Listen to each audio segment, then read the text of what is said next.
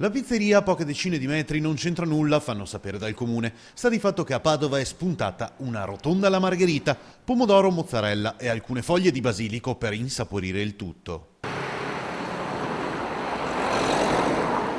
La stanno sperimentando gli automobilisti che passano per via Annibale da Bassano.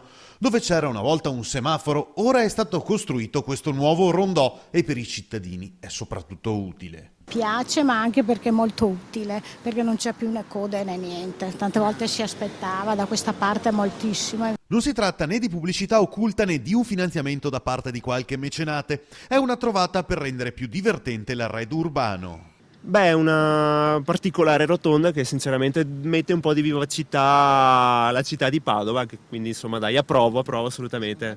Sì, mi piace, certo, sì, però non so cosa serve come rotonda farla così, però insomma per essere belle e carine, insomma per quello. Sì. Noi veniamo da fuori e ci hanno detto che come riferimento una rotonda a forma di pista, quindi stiamo cercando una strada, abbiamo trovato la pista, cerchiamo la strada.